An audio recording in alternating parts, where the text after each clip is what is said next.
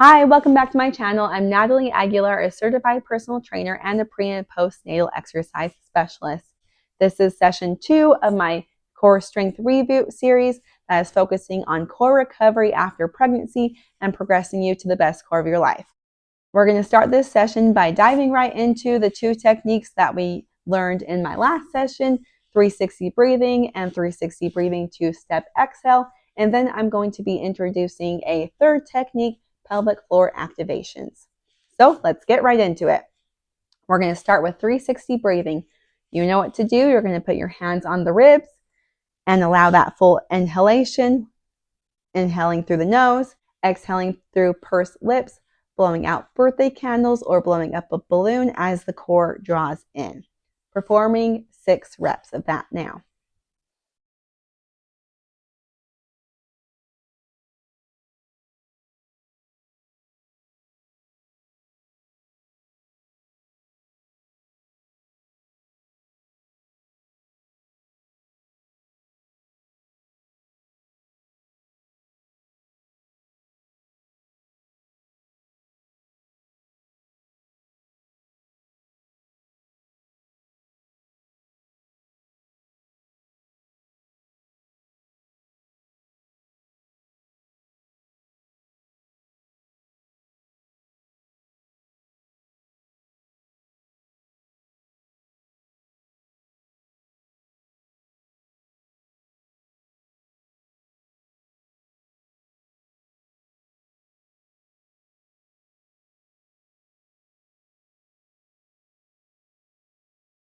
Perfect. Now moving on to 6 reps of the 360 breathing 2-step exhale.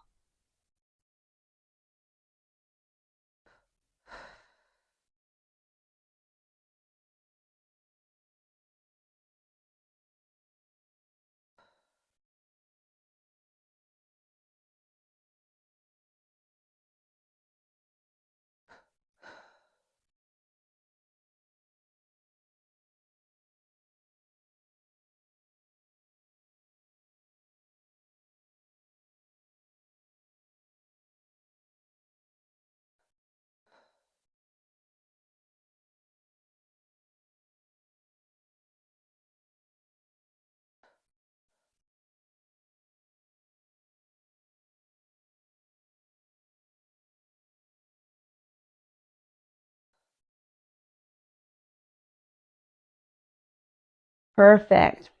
Now we're going to be moving on to our 3rd technique to master pelvic floor activations slow. So I want you to come onto a seated surface, and ideally you can kind of scoot more towards the edge because our pelvic floor activations are going to be involving our pelvic floor muscles, which can be harder to notice the mind muscle connection in these, and having a harder surface to sit on the edge may be helpful for some additional feedback because it's involving our sitting muscles.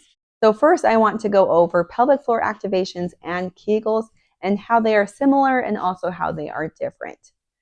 So Kegals, at least the way that I have learned them and many of my clients have learned them, focus only on one portion of your pelvic floor, which is your pee stopping muscles. They also mainly focus on the tightening or the lifting of those pee stopping muscles. And a lot of times they are contradictory to the natural movement that happens with the inhalation and the exhalation. So you may have been told with your Kegels, sometimes you inhale and that's when you draw up and in, and then when you exhale, you relax everything. However, that is not what happens naturally when your body is breathing. So in these pelvic floor activations, we are going to be focusing on what your body already does naturally and just really emphasizing that so that we can strengthen and master those techniques. Once you have mastered these and gone through this program, you can then stop focusing on that subconsciously. But for this, we want to emphasize what happens naturally with the breath. So that's Kegels. We're going to take what you learned from Kegels and put that aside and focus on the techniques of pelvic floor activations and learn the techniques of pelvic floor activations and really optimize the pelvic floor muscles.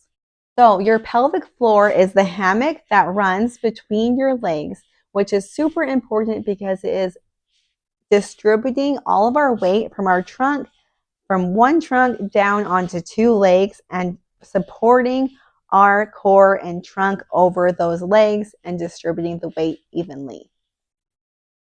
So it plays a huge role in all of our movements that we do, whether we're walking, going up and down stairs, bending over, and having a strong pelvic floor will benefit you in all of your daily movements, as well as, like we've discussed before, preventing incontinence, preventing pelvic floor prolapse, and other pelvic floor dysfunctions. So your pelvic floor, like I said, is the hammock between your legs. There's 14 different muscles that are involved in supporting your pelvic organs, and they have 4 different attachment points. First is at the front, which are the pee-stopping muscles, like I've discussed, often involved in the Kegals. But we can't forget these other 3 attachment points that are also involved in the pelvic floor. So for the second is the back, where it attaches to the tailbone. And you can activate those by thinking about the poo-stopping muscles. And then the side attachment points are where it attaches to your sit bones right here. And so you can actually get a lot of benefit by sitting on your hands in order to have feedback to connect to those attachment points. So we are going to start by walking through, finding each of those attachment points and try activating them. If there are any attachment points that you do not feel activating in today's session, I do not want you to worry about that. I just want you to continue practicing, because I promise you that will come with time. And I can tell you that it took me some time to notice those attachments as well. So just keep up practicing. So first, we're going to focus on those pee-stepping muscles. First, I want you to locate, and then I want you to practice lifting those, stopping the flow of pee, and then letting it go. We'll do 2 more. Lifting those and stopping the flow of pee, and then letting it go. Lifting, and then letting it go. Now we're going to go to the back by the tailbone, which is our poo-stopping muscles. And so you're going to lift that, stopping a bowel movement, and then letting go. Lifting and stopping a bowel movement, and then letting go. Lifting and stopping a bowel movement, and then letting go. And now it would be helpful to have your hands to reach under and locate those sit bones. You may not be able to feel those with your hands, but just to have your fingers there to allow that feedback. And then you're going to notice and locate where the attachment points are on those sit bones. Now we are not squeezing your glutes here. These are your pelvic floor muscles that are much deeper than your glutes. And so I don't want you to be tensing those glutes on this movement. We're going to be trying to notice those attachment points of the sit bones, and then bringing them up and in together, and then releasing, lifting those sit bones up and in together, and then releasing, and then lifting those sit bones up and in together, and then releasing. So those ones, in my experience with my clients, have been the hardest for individuals to locate. So be patient with yourself and take time to practice that. Now that we have located all 4 attachment points and we have practiced lifting and lowering them, we are going to try and bring them all together and lift and lower them at the same time. So you have your pee-stopping, your poo-stopping, and your sit bone muscles. So you're going to lift and lower those.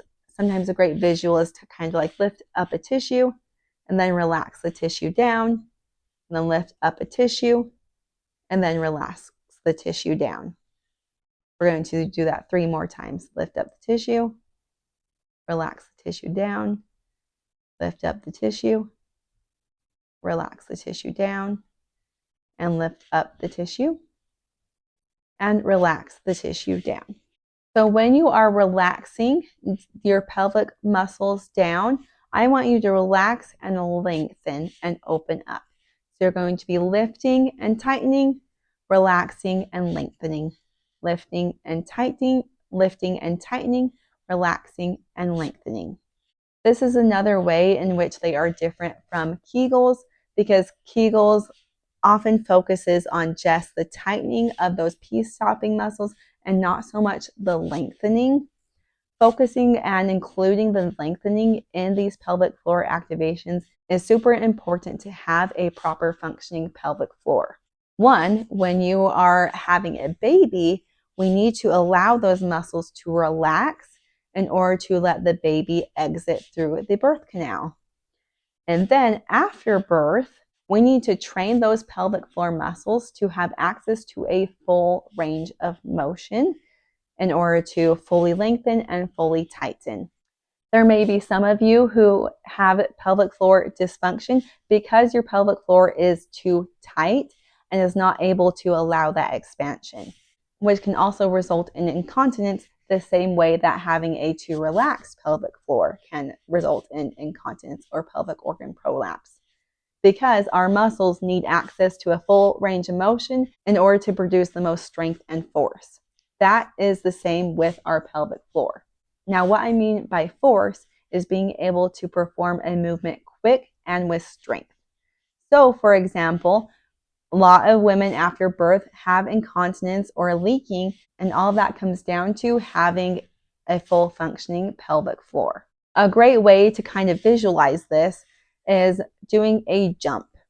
When you perform a jump, if you are not able to bend down or can only bend down a little bit, you are not going to be able to jump as high and produce the most power.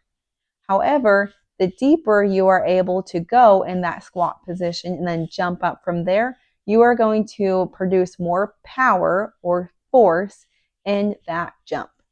So you can relate the jump squat to the pelvic floor by having that lengthened position and then able to produce that force to be able to prevent leaking while you're sneezing or coughing. These pelvic floor activations slow are mastering the movement, creating that mind-muscle connection to those attachment points, and supporting our pelvic organs. In our next video, we'll be going over the quicker reaction time in order to prevent that incontinence. So after we have located all 4 attachment points, we have practiced lifting and lowering each of them, and then we have practiced lifting and lowering all of them together. The next step is going to be performing them with the breath. So how you coordinate those with the breath is we're going to combine our 360 breathing with our pelvic floor activations. And what you're going to do on the exhale, like we mentioned in session 1, you want to allow that downward and outward expansion of the ribs and diaphragm, which that downward and outward expansion will also push on that pelvic floor. So we want to allow that expansion in the pelvic floor while we are inhaling. So you are going to inhale and allow the relaxation of the pelvic floor. Exhale and draw up and in. Inhale, allow expansion. Exhale, up and in. Inhale, allow expansion. Exhale, up and in. Inhale, allow expansion. Exhale, up and in.